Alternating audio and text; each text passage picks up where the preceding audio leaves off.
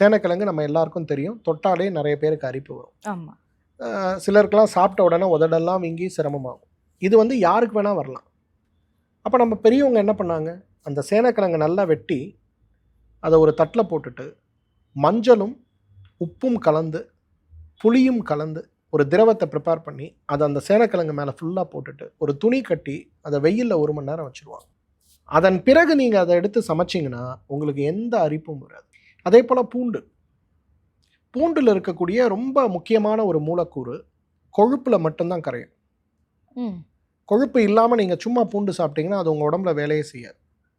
அதனால தான் முன்னோர்கள் என்ன பண்ணாங்கன்னா அதை எடுத்து எண்ணெயில் வதக்கி தான் பயன்படுத்துவாங்க. எண்ணெய்ங்கிறது ஒரு கொழுப்பு. நீங்கள் பூண்டை போட்டு வதக்குனீங்கன்னா அந்த மூலக்கூறுகள் உடைந்து நீங்கள் சாப்பிட்டா அந்த மூலக்கூறு உங்கள் உடம்புல சேர்ற மாதிரி அது ரெடி ஆயிரும். அப்போ நீங்கள் சாப்பிடும்போது உங்கள் உடம்புல எந்த பிரச்சனையும் கிடையாது.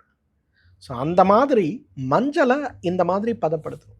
பாலில் ஊற வைக்கணும், பசுங்கோமியத்தில் ஊற வைக்கணும், சுண்ணாம்பு தண்ணியில் ஊற வைக்கணும். இந்த மாதிரி ஊற வச்சுட்டு அப்போ என்ன ஆகும்னா இதில் இருக்கக்கூடிய குர்குமினோட ரேஷியோ வந்து உங்களுக்கு அதிகமாகும். அப்போ அந்த குர்குமினை உங்கள் உடம்பு சாப்பிட்ற அளவுக்கு அந்த உடம்புல இருக்கக்கூடிய ஒரு சத்தாக அது சேரக்கூடிய அளவுக்கு அதனோட கெமிக்கல் காம்போசிஷன் மாறும். இந்த மாதிரி மாத்தின மஞ்சளை நீங்கள் சாப்பிடுங்க, அது நிச்சயமாக புற்றுநோய்க்கு ஒரு பெரிய மருந்தாக இருக்கிறத பார்க்கலாம்.